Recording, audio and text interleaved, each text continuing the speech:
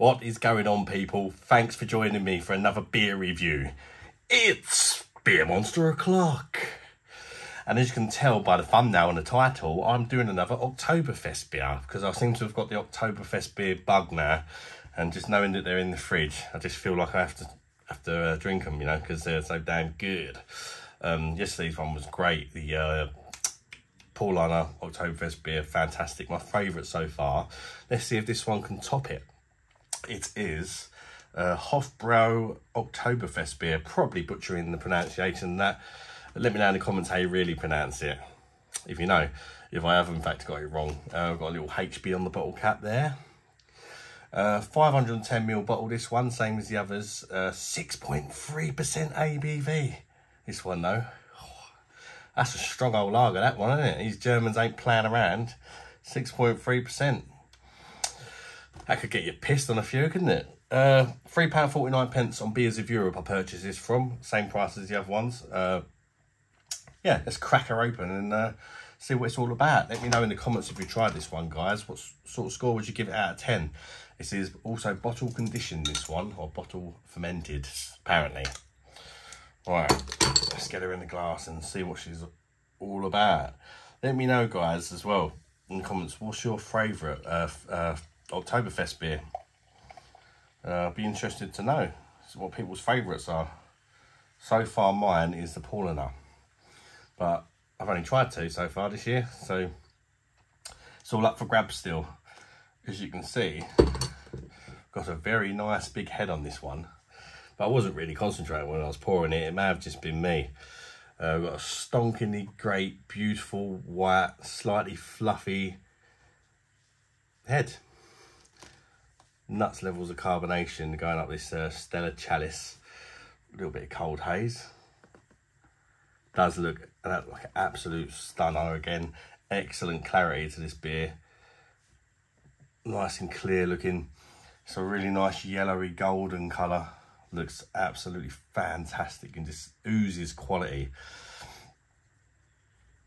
Let's get the nose in there and check out the aroma of this Hofbrau, however you pronounced it, Oktoberfest beer. Straight away I'm getting a little bit of floral sort of hop. Bready malts.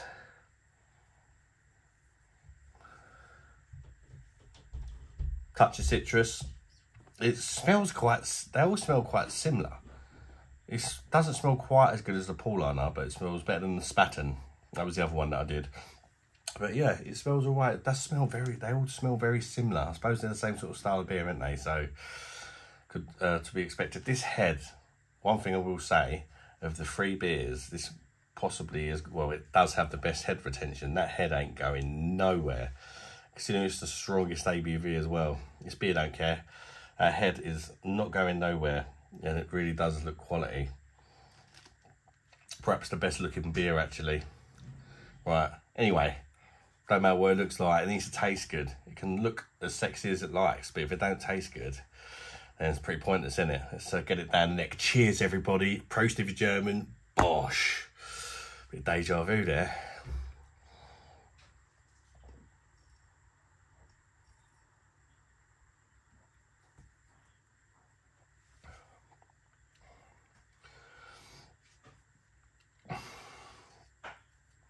Again, it's a fantastic beer.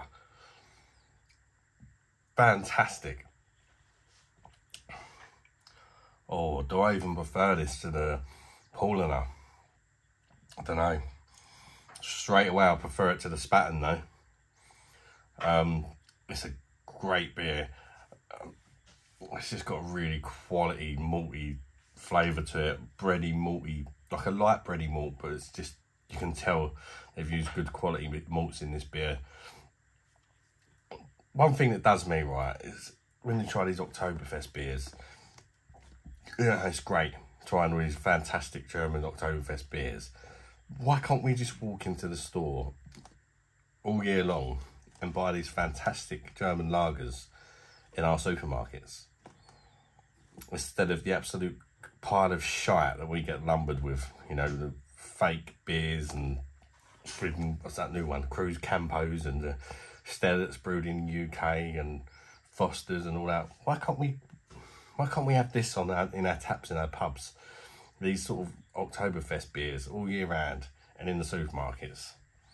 People will buy them, surely, they're bloody good. And you wouldn't need many of these at 6.3%. Anyway, back to the beer.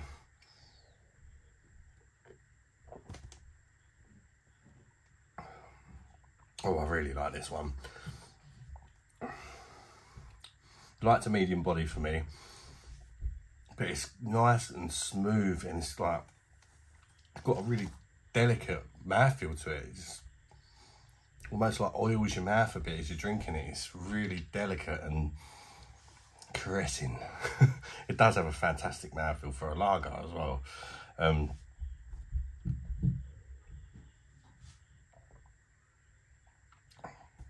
Slight sweetness come from them bready malts. Definitely not too sweet though, just the right amount. Again,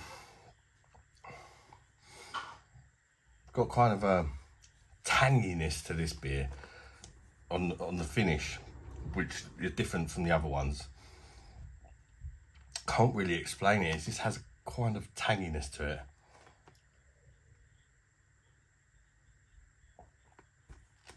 Also, although the ABV is fantastically well hidden, it's 6.3%.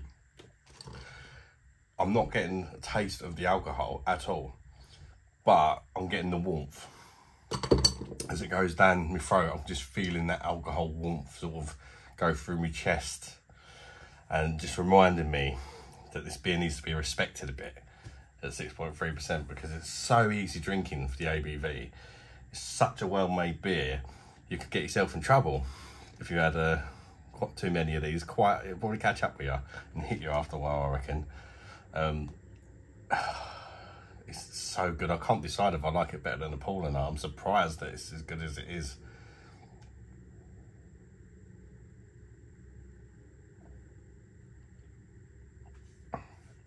In the end, there's a touch of spice in that tanginess, and it just mixes together so well. So well. Also getting some lemon in this one as well, like the Paulaner. They're quite similar in ways. I don't think I would know for sure unless I sort of add them head to head, but they're both fantastic. Give me either one, I'll bloody drink it, do you know what I mean?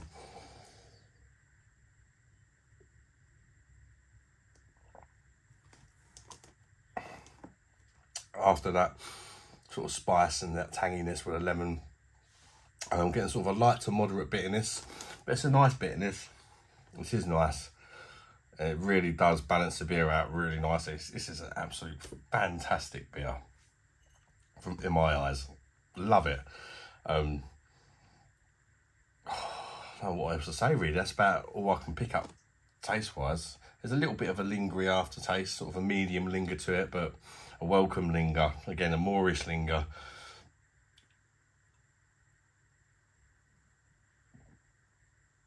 Oh, just look at that lacing. Oh, lager. Behave. It's a cracker. As far as score goes out of 10.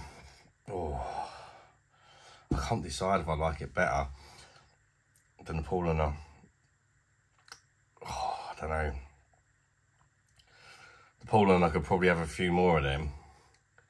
It's a little bit weaker. But this is just fantastic. I think the Paulaner just edges it. And the only reason I can really think of, because they both taste equally good to me and my taste, just the extra strength of this one, that warmingness. While it's not unpleasant, it's just sort of noticeable, and I wasn't getting that with a Paulaner. And, you know, it's a lager, it's summer, you know, I don't really want to be warmed up too much.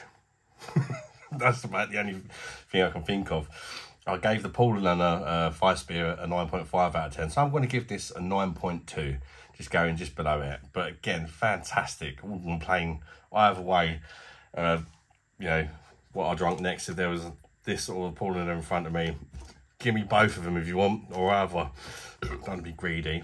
Yeah, thanks for tuning in, guys. Let me know what you think of this beer.